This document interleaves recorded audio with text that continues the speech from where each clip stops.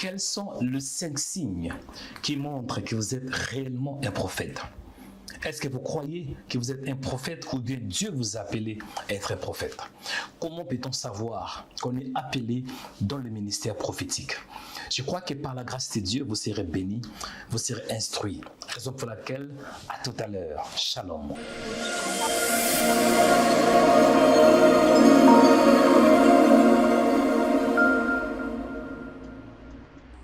Bienvenue dans cette vidéo et que mon Dieu vous bénisse abondamment, que la paix, que la grâce et que la faveur de Dieu vous accompagne. Vous êtes connectés au bon endroit et au bon moment. Bienvenue dans ma chaîne de Joel Onekanda Ministries. Je m'appelle Joel Onekanda, votre frère dans le Seigneur. Aujourd'hui, Dieu m'a mis à cœur de vous parler de 5 signes qui montrent que vous êtes un prophète. Ça peut être que vous aspirez au ministère prophétique. Ou bien ça peut aussi être que Dieu vous a appelé dans le ministère prophétique et vous ne savez pas cela. À travers cette vidéo, je crois que vous serez édifiés et vous serez surtout illuminés à travers la parole de Dieu. Si vous êtes connecté pour la toute première fois, ne manquez pas de vous abonner. Abonnez-vous en cliquant sur la cloche s'abonner. C'est alors que vous serez informés. Et surtout, si vous êtes là, vous voulez soutenir cette chaîne, pourquoi pas aimer la vidéo, partager et ne manquez pas de laisser un commentaire. Amen. Que Dieu vous bénisse. C'est parti. Quels sont les 5 signes qui montrent que vous êtes un prophète? Avant que je puisse commencer à parler de 5 signes, c'est important quand même de faire une petite introduction et une petite analyse sur le plan étymologique. Tout d'abord, lorsqu'on parle de prophète, le mot prophète, je prends les mots là en 2 parties. Parce qu'on voit tout d'abord pro et fémi. En grec, pro et fémi. Pro qui veut dire en avance, fémi qui veut dire faire connaître la pensée de quelqu'un d'autre ou bien en transmettant la parole.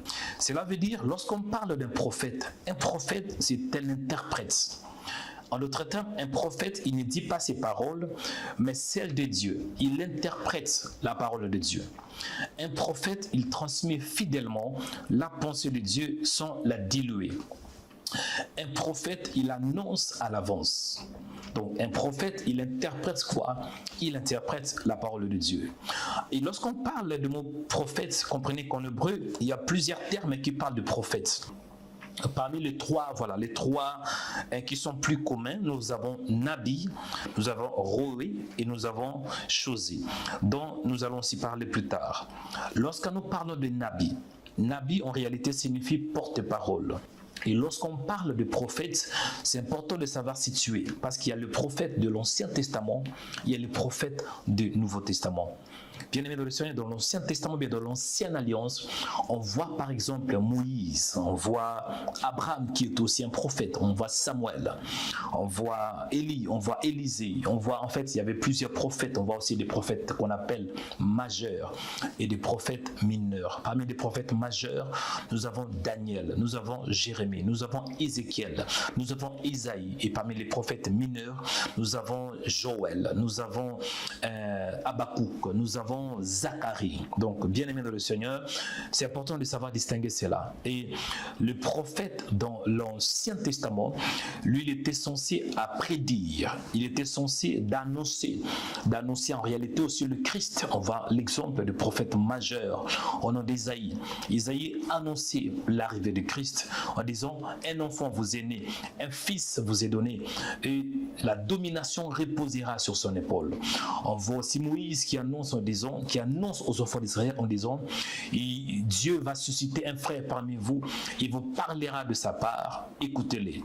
Bref, le prophète de l'Ancien Testament, il prédisait, ils annonçaient, en réalité aussi des Christ, ils annonçaient des choses à venir.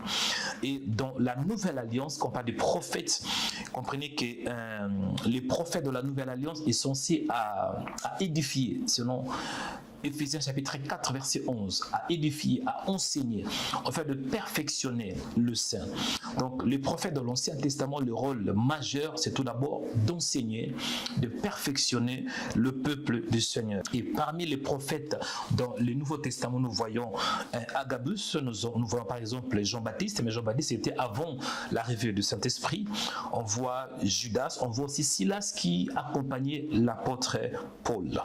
Là, je voudrais entrer un peu dans dans la profondeur. Quels sont les 5 signes qui montrent que vous êtes un prophète? Bien-aimés, soyez attentifs à ce que je vais vous dire parce que ça va vous aider. Amen. Le premier signe qui montre que vous êtes un prophète, le signe numéro 1 est que, tout d'abord, un prophète est un messager. Cela veut dire que vous avez un message de la part de Dieu. Un message qui ne vient pas sous quelle inspiration, mais un message biblique. Premier signe qui montre que vous êtes un prophète, Dieu vous a donné un message de sa part. Et vous êtes un messager. Vous voulez donner un message au peuple du Seigneur. À part ça, vous êtes aussi un enseignant de la parole de Dieu. Si vous voyez que vraiment vous avez cette capacité, ce don d'enseigner la parole, ça peut être aussi un signe que vous êtes un prophète. Mais surtout, un prophète a aussi la capacité d'interpréter ce qu'on appelle le Névim, ou bien le livre prophétique. Le Névim, c'est par exemple le livre de Genèse, c'est un livre prophétique. Le livre de Daniel, c'est un livre prophétique. Le livre de Jérémie, c'est un livre prophétique.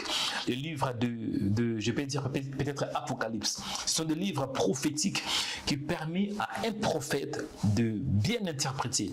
Parce que quand on parle de Névim, c'est codé, mais un prophète a la capacité de décoder, d'expliquer, d'interpréter ce qui est caché dans la parole. Amen. Daniel chapitre 9 verset 2, on voit par exemple la première année de son règne, moi Daniel, je vis par le livre qui devrait s'écouler 70 ans pour les ruines de Jérusalem. On voit que Daniel a lu, il a interprété qu'il devrait s'écouler 70 ans.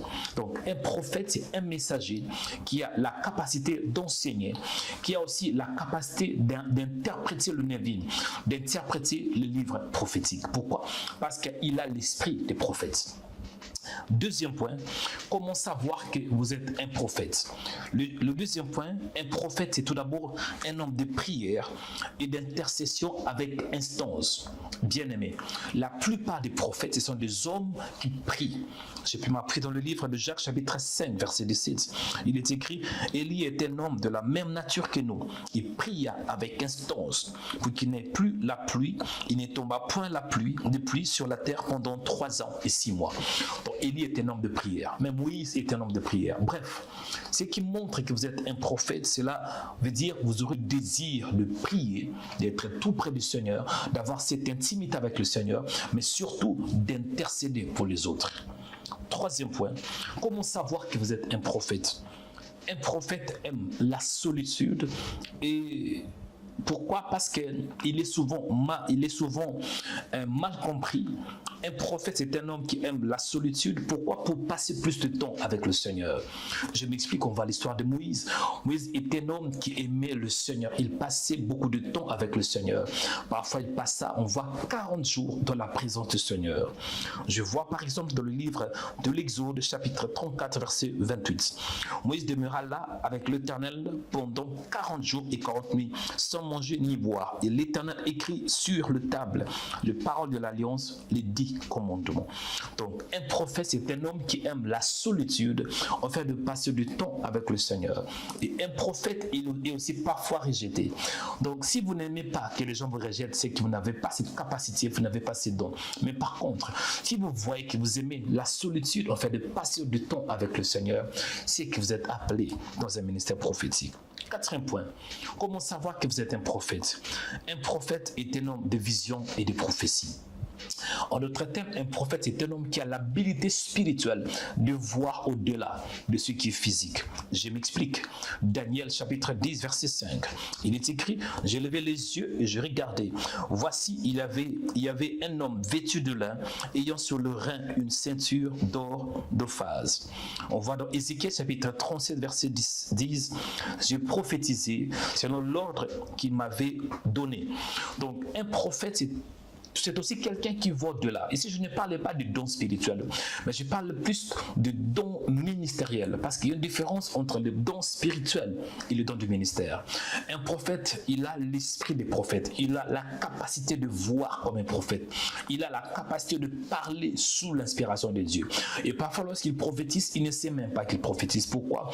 Parce qu'il a l'esprit des prophètes, il a le manteau prophétique. Cinquième point, comment savoir que vous êtes un prophète?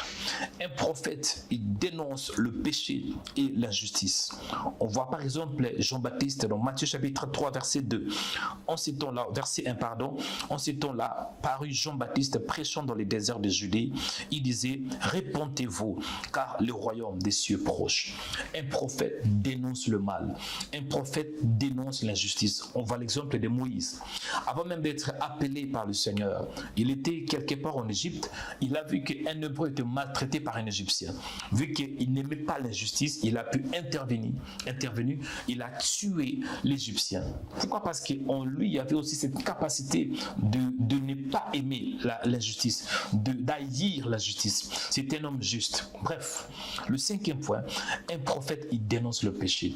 Un prophète, il dénonce aussi l'injustice. Mais je voudrais rajouter un bonus, un sixième point important, un sixième signe qui montre que vous êtes appelé à être un prophète.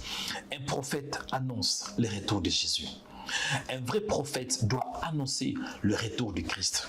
Même on voit dans le livre de Deutéronome chapitre 18 verset 15, déjà Moïse il dit, l'Éternel ton Dieu te suscitera du milieu de toi entre tes frères un prophète comme moi, vous l'écouterez. On voit même Jean-Baptiste dans Jean 1:29, il est écrit, le lendemain il vit Jésus venant à lui, il dit, voici l'agneau de Dieu qui ôte le péché du monde. Un prophète doit annoncer le retour de Jésus. Pourquoi? Parce que c'est vrai, Jésus revient bientôt et c'est à un prophète de dire pour que le peuple du Seigneur se prépare pour l'enlèvement.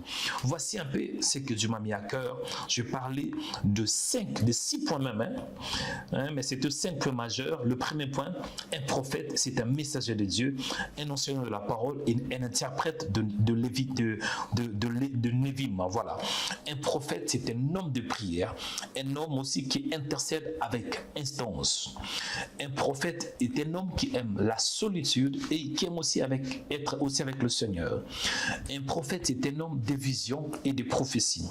Un prophète est un homme qui dénonce le péché et l'injustice. Un prophète est un homme qui annonce le retour de Jésus. J'espère que vous étiez édifiés. Si c'est le cas, ne manquez pas de laisser un commentaire. Laissez un commentaire si vous étiez béni. Si j'ai manqué un point, pourquoi pas laisser un commentaire? Sinon, abonnez-vous sur ma chaîne. Si vous n'êtes pas encore abonné, c'est un moyen pour soutenir cette chaîne. Aimez la vidéo, partagez et ne manquez pas de laisser un commentaire. J'espère que par la grâce de Dieu, nous allons nous retrouver à la prochaine vidéo. Que Dieu vous bénisse abondamment. C'était Joël Onekanda. Shalom.